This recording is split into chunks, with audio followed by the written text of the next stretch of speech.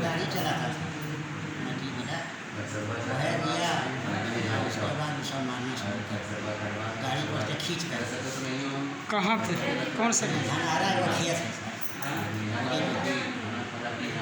कौन? उसके बाद बेचारा इनको बेहोश हो गया। वो मिथिलेश राम का बेटा है, वो मारा है।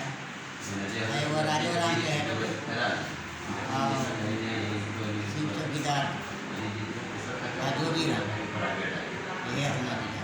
घटना का वजह क्या है? मैंने एगो बुजुर्ग था, मैंने झगड़ा के लिए मैंने किया, फिर और था मैंने हो गया। उसके बाद फिर मैंने घोर में दिया। दिन रोज से सर ही लड़ रहा है। कानूनी कार्रवाई हो रहा है?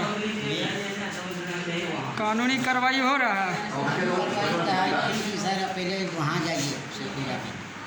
क्या बोला प्रशासन? केस हुआ है? ये सब केस नहीं हुआ। क्या नाम है उनका जो घायल है? जो लड़का घायल है उनका क्या नाम है?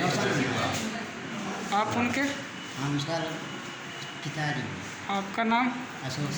कहाँ का मामला है? बादशाहपुर पछाड़।